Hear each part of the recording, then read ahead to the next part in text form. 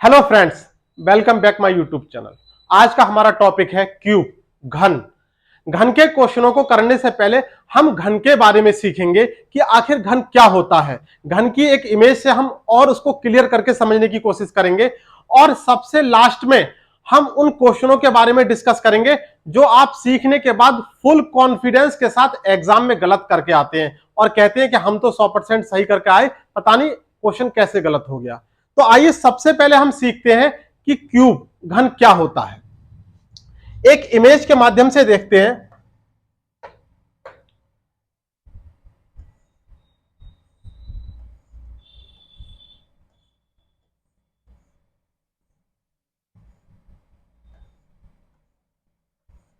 देखिए, ये एक हमने पारदर्शी घन बनाया है। पारदर्शी का मतलब क्या है? इसमें सब तरफ की भुजाएं और आर पार दिखाई दे रहा है।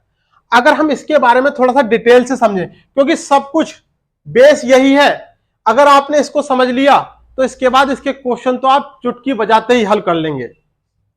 देखिए, इसको डिटेल में थोड़ा सा सीखते हैं। अगर हम इसके कोनों की बात करते हैं तो देखिए इसमें कितने कोने आपको दिखाई दे रहे हैं?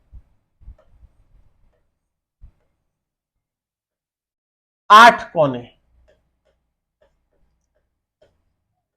तो सबसे पहली बात यह है कि एक घन के निर्माण में 8 कोने अवश्य होंगे। अगर 8 कोने नहीं बन रहे हैं तो वो घन नहीं होगा। दूसरी बात,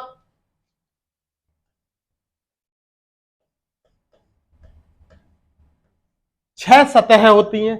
6 सतह का मतलब यह है कि जैसे आपने पासों को देखा होगा, जिससे आपने लूडो खेला होगा, उसमें 6 सतह होती हैं, 6 संख्याएं होती हैं। बस सेम वही लॉजिक यहां पर होता है। तो 6 सतह होती हैं। उसके बाद हम बात करते हैं कोरों के बारे में। देखिए, कोर, जिस तरीके से आप एक कमरे में रहते हैं तो चारों तरफ की भुजाएं और फर्श और छत को मिलाकर कितनी 6 सतह हो गई। उन 6 सतहों के जहां पर जॉइंट होते हैं, जैसे देखिए जॉइंट, हम जॉइंट की बात कर रहे हैं। एक जॉइंट ये हो गया, एक जॉइंट ये हो गया, एक जॉइंट ये हो गया, एक जॉइंट ये हो गया। ये पूरे के पूरे जॉइंट हैं जो हमें एक सतह को दूसरी सतह से मिला रहे हैं। तो इस तरीके से ये कितने जॉइंट बनते हैं? 12। 12 कोर होती हैं। एक घन को समझने के लिए ये 3 महत्वपूर्ण चीज हैं।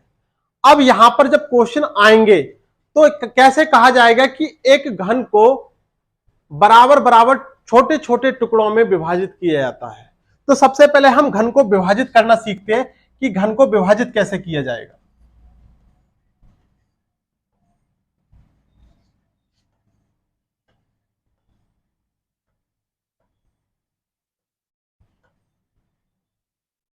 ये छोटे छोटे टुकड़ों में घन को हमने विभाजित किया है।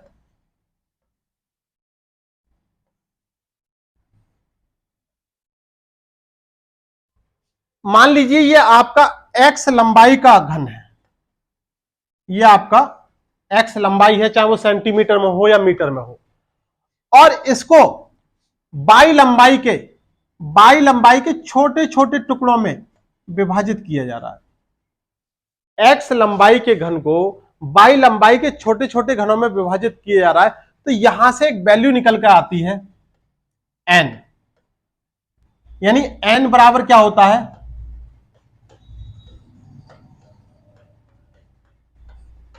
बड़े घन की लंबाई को अगर हम छोटे घन की लंबाई से भाग कर दें तो ये जो वैल्यू निकल के आती है इसको हम क्या बोलेंगे? एन।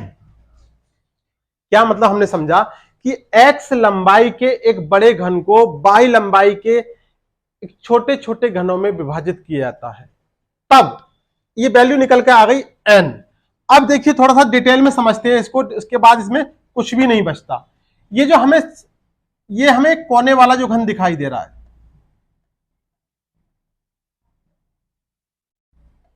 ये वाला, इसको हम बोलते हैं शीर्ष घन।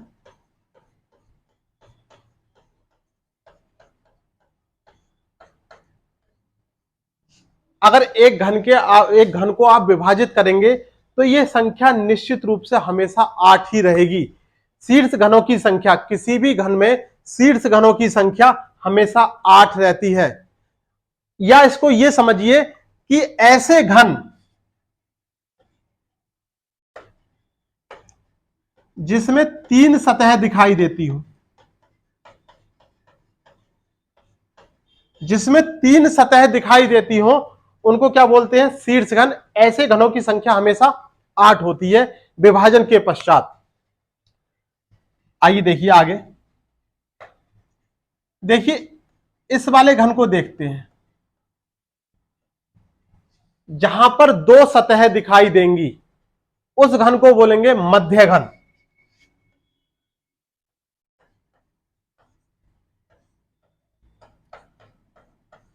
दो सतह दिखाई देने वाला घन, 2 सरफेस जहां पर दिखाई देंगे उस घन को बोलेंगे मध्य घन। मध्य घन के निकालने का फार्मूला 12 इंटू एन माइनस 2। ये एन जो है वो ये वाली वैल्यू है जो हमने यहां से एन किस तरीके से निकाला जाएगा?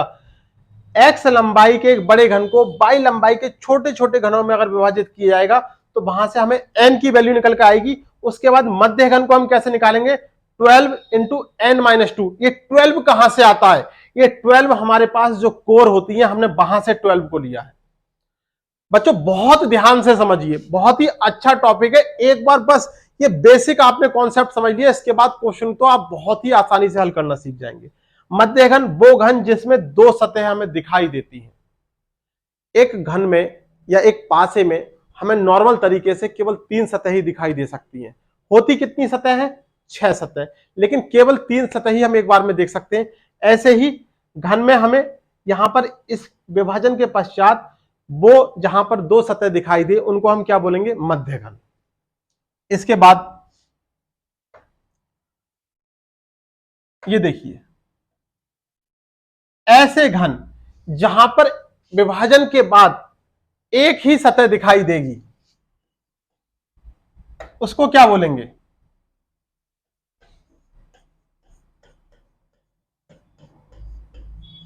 केंद्रीय घन। क्या बोलेंगे? केंद्रीय घन। यानी ऐसे घन जिसमें एक ही सतह दिखाई देती हो, एक ही सतह। देखिए और कोई भी सतह दिखाई नहीं दे रही है, यहां पर सिर्फ एक सतह दिखाई दे रही है। तो एक सतह दिखाई देने के लिए आपके पास क्या फार्मूला बनेगा? 6 इंटू एन माइनस 2 का स्क्वायर एक सतह के लिए। अब ये 6 कहां से आया? तो कितनी सतह होती है? 6 सतह होती हैं, तो 6 यहां से ले लिया गया। इसके बाद कुछ ऐसे घन होते हैं इसमें जो, क्योंकि ये ठोस घन है तो ये सारे घन जो हमें बाहर से दिखाई दे रहे हैं, जब इनको हम अलग अलग करके रखेंगे तो कुछ घन अंदर से निकल कर आएंगे जो हमें यहां पर नहीं दिखाई दे रहे हैं। उनको हम क्या बोलते हैं?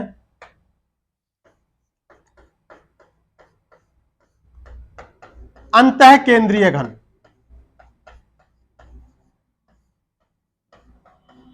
अंतः केंद्रीय का मतलब क्या होता है?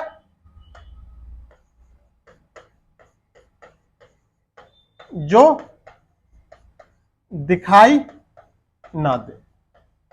अंतः केंद्रीय घन जो दिखाई ना दे। इसके लिए क्या फार्मूला बनेगा? n माइनस 2 की घात या पावर 3।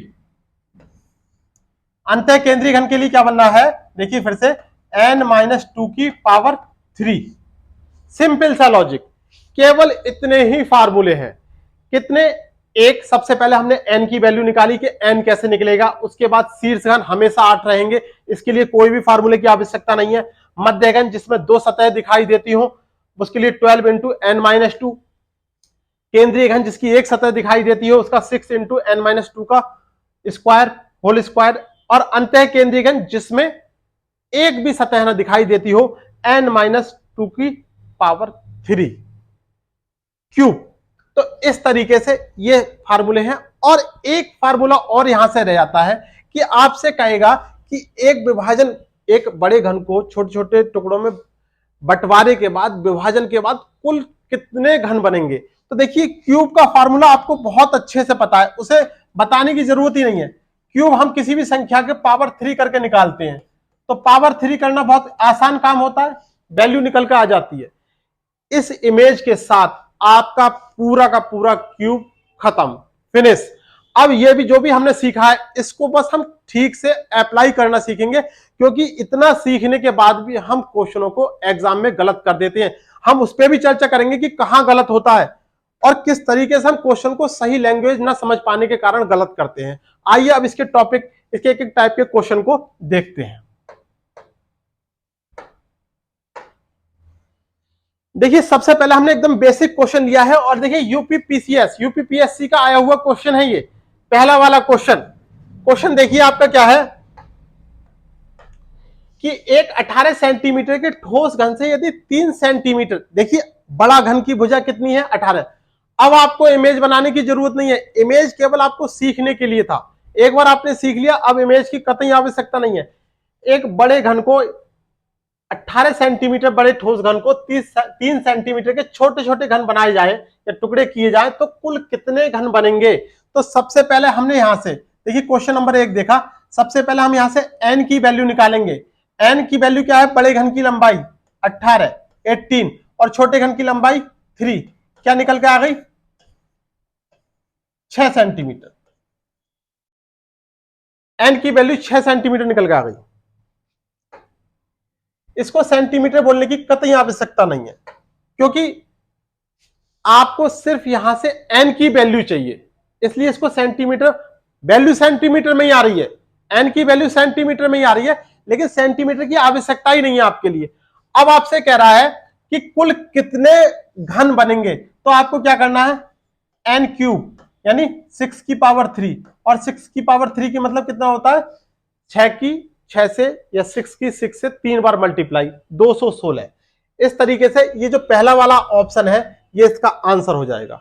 ये बेसिक क्वेश्चन है, एग्जाम में पूछा गया क्वेश्चन है, तो बहुत ही इजी तरीके से जो हमारा पहला टाइप है बहुत आसानी से हम इसको हल कर सकते हैं। इसका दूसरा क्वेश्चन देखते हैं। देखिए एक घन को 125 भागों में विभाजित किया गया, यहां पर विभाजन हो चुका है।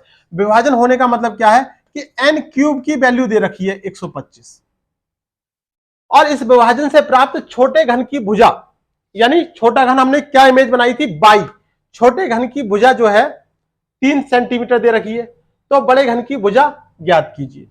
तो देखिए n क्यूब की वैल्यू 125 है, तो यहां से n की वैल्यू निकल के कितनी आ जाएगी, अगर इसका होल रूट करेंगे, क्यूब रूट करेंगे, तो n की वैल्यू घनमूल यहां से अगर हम निकालेंगे तो n की वैल्यू कितनी आ जाएगी 5। n की वैल्यू 5 निकल के आ जाएगी, 5 पंजे 25 पंजे 125, n की वैल्यू 5 निकल के आ गई। अब हमारे पास पता है कि n बराबर बड़े घन की लंबाई बटे छोटे घन की लंबाई, या बड़े घन की लंबाई को छोटे घन की लंबाई से डिवाइड करेंगे, ये वाला फार्मूला। यहां से आप n की वैल्यू पूछ सकता है एग्जाम में, x की वैल्यू भी पूछ सकता है और y की वैल्यू भी पूछ सकता है, किसी दो की देकर एक की बहुत आसानी से आप निकाल सकते हैं, या कुछ भी यहां से पूछ सकता है। तो देखिए छोटे घन की कितनी दे रखी है, छोटे घन की 3 दे रखी है, 5 बराबर x/3 मल्टीप्लाई कर दिया, कितना आ गया, x की वैल्यू कितनी आ गई 5 3 15। बड़े घन की लंबाई 15 सेंटीमीटर। तो इस तरीके से ये बेसिक वाले क्वेश्चन है, छोटे छोटे क्वेश्चन है, डायरेक्ट एग्जाम में पूछ लिए जाते हैं। लेकिन जब भी यहां से बड़े एग्जाम होते हैं, क्वेश्चन 2 या 3 आते हैं, तो लैंग्वेज में भी अंतर आता है। आइए अब उसी पर डिस्कस करते हैं कि उन क्वेश्चनों को कैसे हल करेंगे।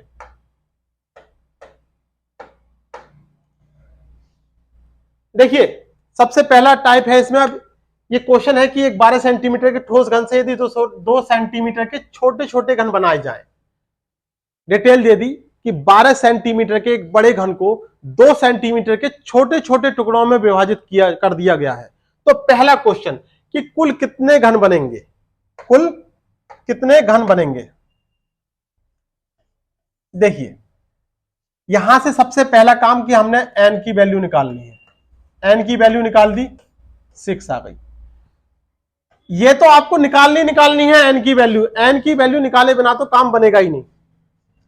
ये जो 6 आ गई, अब हमें n क्यूब चाहिए, क्योंकि टोटल घन क्यूब टोटल घन कितने बन रहे हैं, तो 6 की पावर 3 करा तो कितना आ गया 216। देखिए पहला वाला ऑप्शन, ये हमारा पहला क्वेश्चन हो गया जो अभी हमने पीछे भी सीखा था।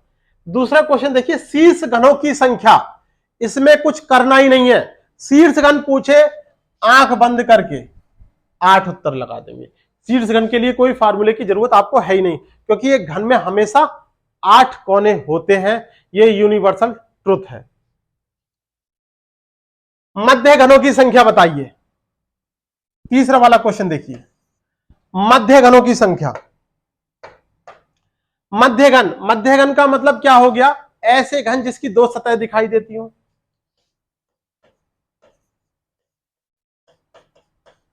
क्या फार्मूला बनेगा इसके लिए, 12 इंटू एन माइनस 2। देखिए एन की वैल्यू निकल के कितनी आई थी 6, बस रख दीजिए 6 माइनस 2 कितना हो गया 12 इंटू 6 में से 2 गया 4, 48। यानी मध्य घनों की संख्या बताइए, मध्य घन कितने बनना है इसमें 48, ऑप्शन बी। बहुत इजी है, कुछ नहीं करना होता है। तीसरा वाला क्वेश्चन देखिए, चौथा क्वेश्चन, फोर्थ, केंद्रीय घनों की संख्या। केंद्रीय घन ऐसे घन जिसमें केवल एक सतह दिखाई देती हो, केंद्रीय घन।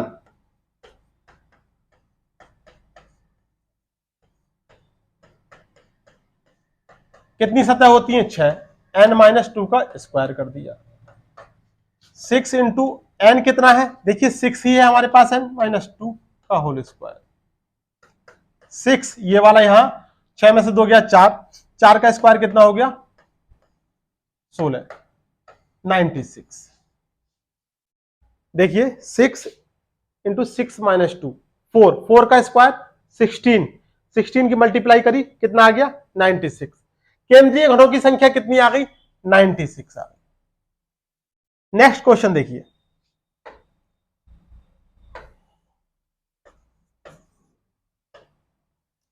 अंतः केंद्रीय घनों की संख्या बताइए।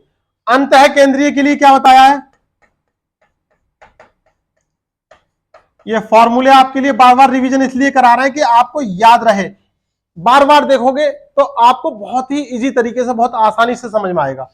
अंतः केंद्रीय घन के लिए क्या है कि n माइनस 2 का होल क्यूब, n की वैल्यू कितनी है 6 माइनस 2 का होल क्यूब, यानी कितना हो गया 4 का होल क्यूब, 4 इंटू 4 इंटू 4 कितना आ गया 64, 64।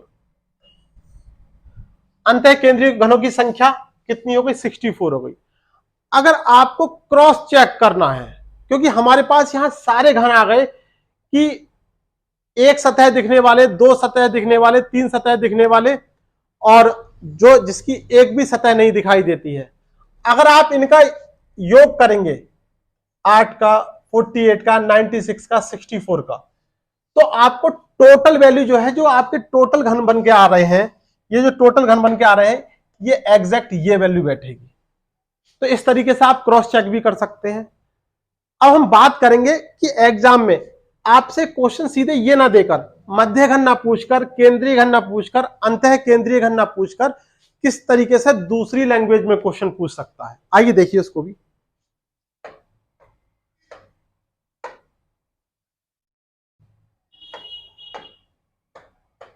देखिए क्वेश्चन है, 48 सेंटीमीटर भुजा वाले घन के सतह को लाल रंग से रंग दिया गया है। यानी यहां एक विभाजन से पहले घन को पूरी इसकी जो 6 की 6 सतह होती हैं उसको लाल रंग से रंगा गया है।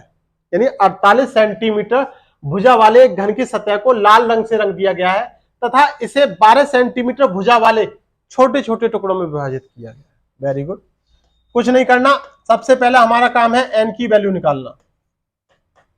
ये n की वैल्यू निकलकर हमारे सामने आ गई। n की वैल्यू कितनी आ गई 4 आ गई।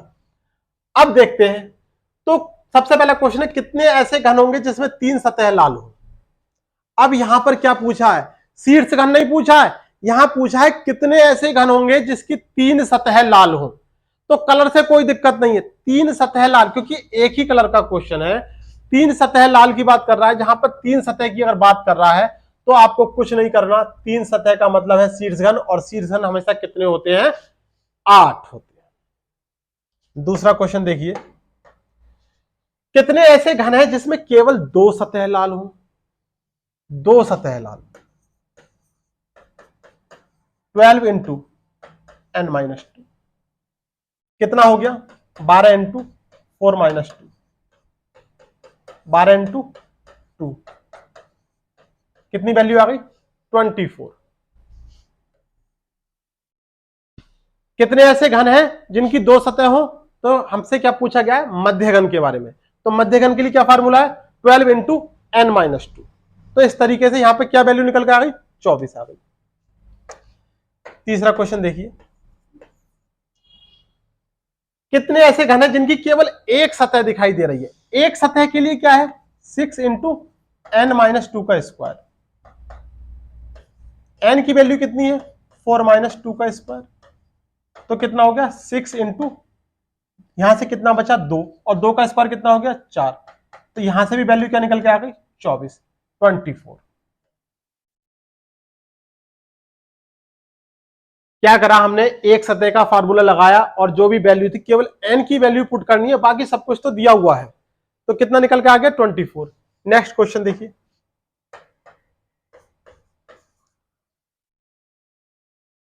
कितने ऐसे घन हैं जिसकी कोई भी सतह लाल नहीं है? कोई भी सतह लाल नहीं है विभाजन के पश्चात, यानी जिसकी, ऐसे कितने घन हैं जो हमें दिखाई नहीं दे रहे हैं? और दिखाई ना देने वाले घन कौन से होंगे? जो बिल्कुल अंदर वाले होंगे। अंदर वाले को क्या बोलते हैं? अंतः केंद्रीय। अंतः केंद्रीय के लिए क्या है?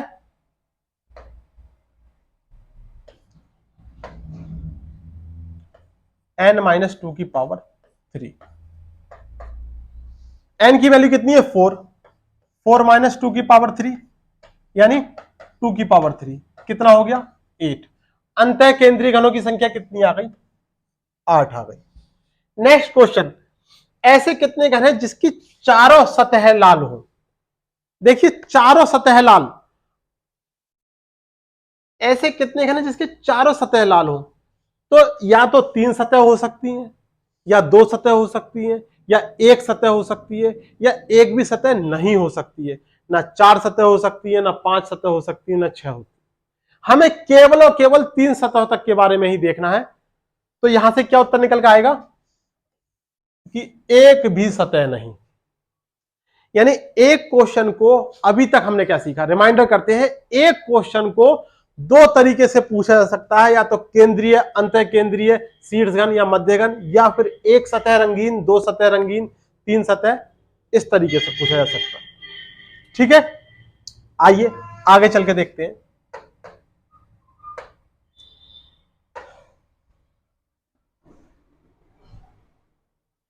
देखिए next type, very very most important type, जो आप सीखने के बाद भी इसको एग्जाम में बहुत आसानी से गलत करके आते हैं और फुल कॉन्फिडेंस से कहते हैं कि हम तो सही करके आए हैं।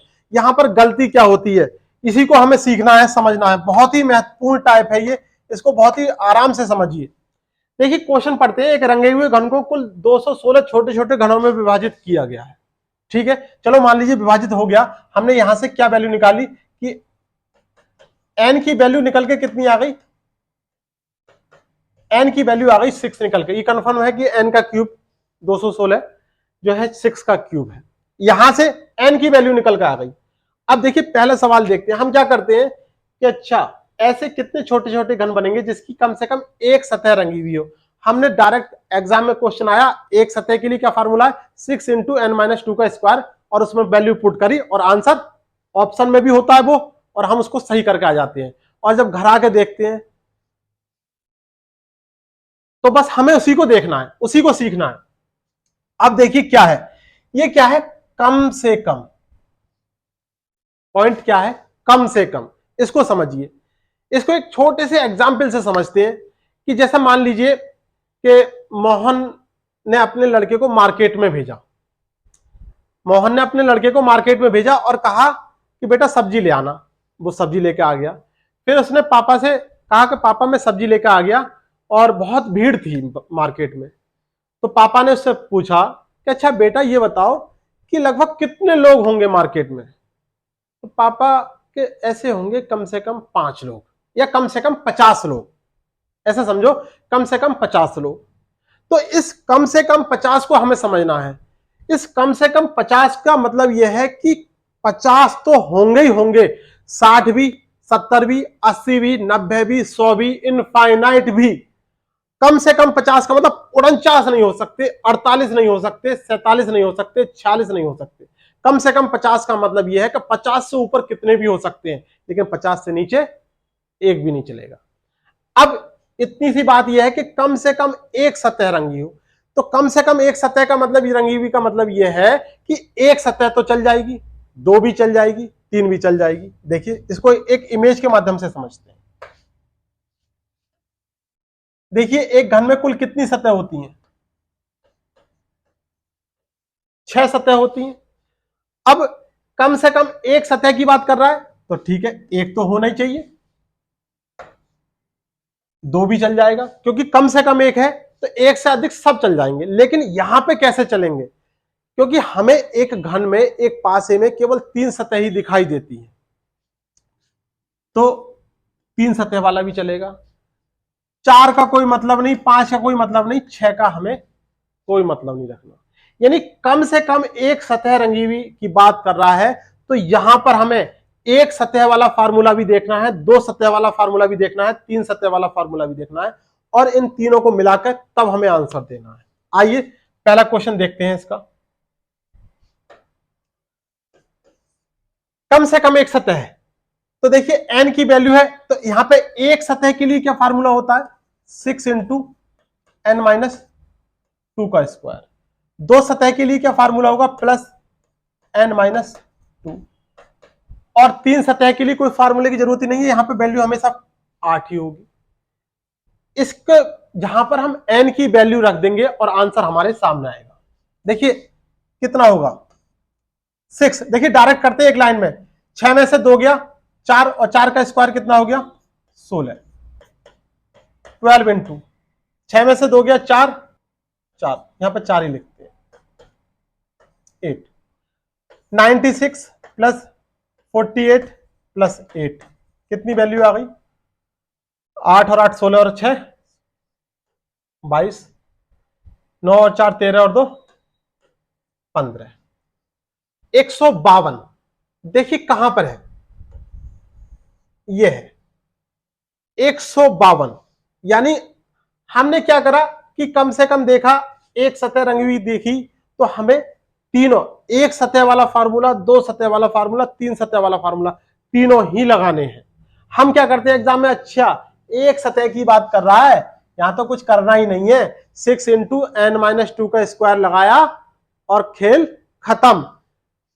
कितना आएगा? 6 इंटू, अगर हम केवल इतने की बात करें, इतने की बात करें, तो क्या वैल्यू निकल कर आ रही है? 96।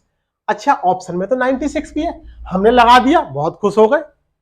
तो यही मिस्टेक होती है, यही गलती होती है, जो हमें कम से कम वाली वैल्यू को अगर हम ठीक से ना समझें तो कैसे हल करेंगे। आइए नेक्स्ट क्वेश्चन देखते हैं इसका। कुल ऐसे कितने छोटे छोटे घन बनेंगे जिसकी कम से कम दो सतह रंगी हो? कम से कम दो। देखिए ये क्या था? ये कम से कम एक। अब बात कर रहा है कम से कम दो के लिए, तो एक वाला तो नहीं चलेगा, क्योंकि कम से कम दो चलना है, कम से कम दो की बात कर रहा है, तो दो सतह वाला भी घन चलेगा, तीन सतह वाला भी घन चलेगा, 4 5 और 6 का कोई योगदान नहीं है, कोई मतलब नहीं है। अगर पूछ रहा है कुल ऐसे कितने छोटे छोटे घन बनेंगे जिसमें, जिसकी कम से कम दो सतह दिखाई दे रही है, कम से कम दो सतह, कम से कम देखा, दो सतह देखा, तो दो सतह और तीन सतह के लिए जो भी फार्मूला है उसको लगाएंगे। क्या फार्मूला बनता है मध्य घन के लिए, दो सतह के लिए? 12 इंटू एन माइनस 2, और ये तीन सतह के लिए 8। ये वैल्यू देखिए, यहां से अगर हम इसको पुट करेंगे, यहां से हमने निकाली ये वैल्यू, इसकी कितनी निकल के आ रही थी? ये 48 प्लस 8 कितनी हो गई?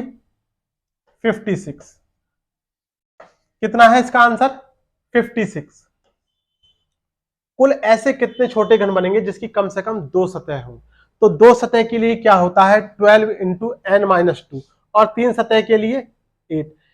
इसको समझ गए तो कम से कम वाले में कोई दिक्कत की बात नहीं है, इसको समझना बहुत जरूरी है।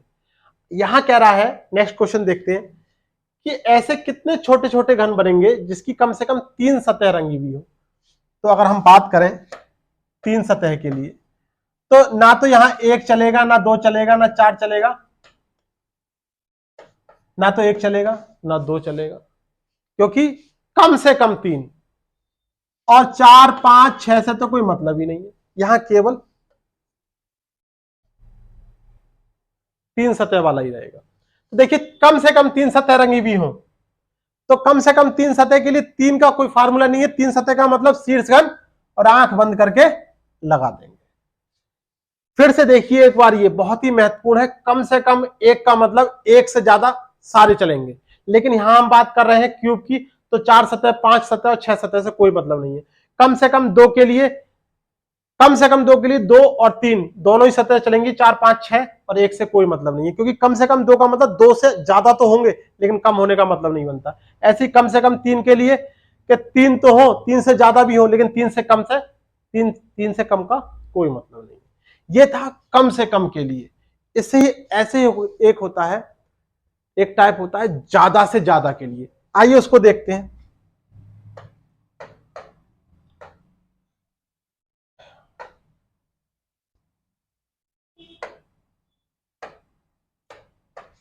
एक रंगे हुए घन को कुल 64 छोटे छोटे घनों में विभाजित किया गया है, तब ऐसे कितने छोटे घन बनेंगे जिसकी अधिक से अधिक 3 सतह रंगी हुई हो। अब हम यहां बात करेंगे अधिक से अधिक के बारे में। अब तक हमने बात करी थी, हमने समझा था कम से कम। अब देखिए अगर हम बात करें अधिक से अधिक,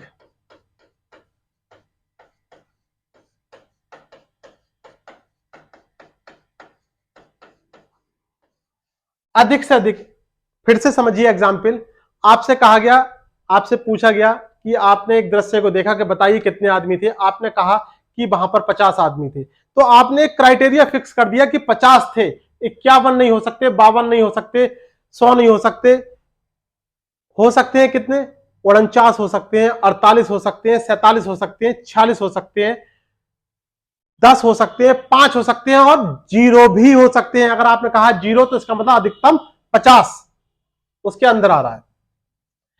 क्या कह रहा है कि अधिकतम 3 सतह रंगी हुई हो, तो अधिकतम 3 सतह यानी अधिकतम अधिक से अधिक 3 सतह, 3 सतह की बात कर रहा है। तो 3 भी चलेंगी, दो सतह वाला भी चलेगा फार्मूला, 1 सतह भी चलेगी और यहां पर 0 सतह भी चलेगी। कब अधिक से अधिक 3 सतह के लिए कर रहा है, तो 3 सतह भी, 2 सतह भी, 1 भी और 0 भी।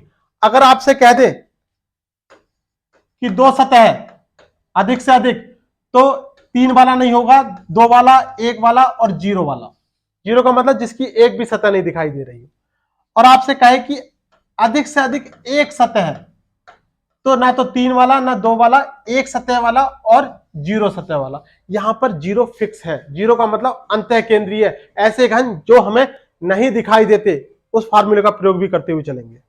तो देखिए, आइए इसका पहला क्वेश्चन देखते हैं कि ऐसे कितने छोटे छोटे घन बनेंगे जिसकी अधिक से अधिक 3 सतह रंगी हुई हो।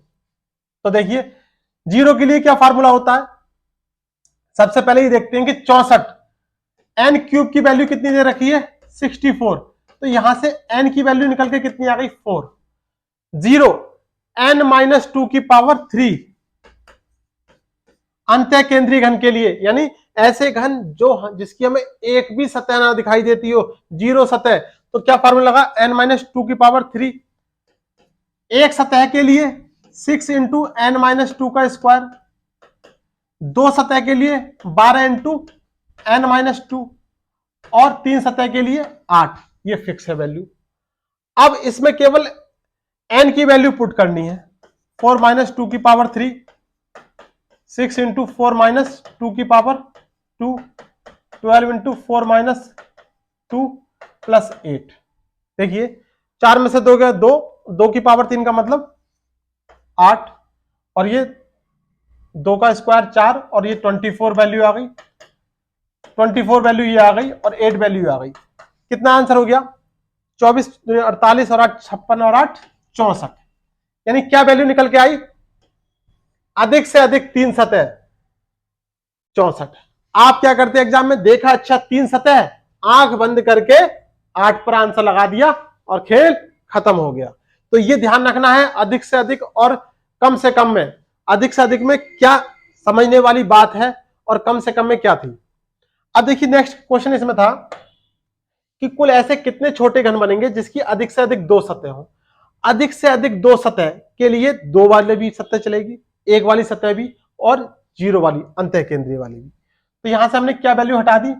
ये 8 वाली वैल्यू हटाई, तो इसका कितना रिजल्ट निकल के आएगा? 56।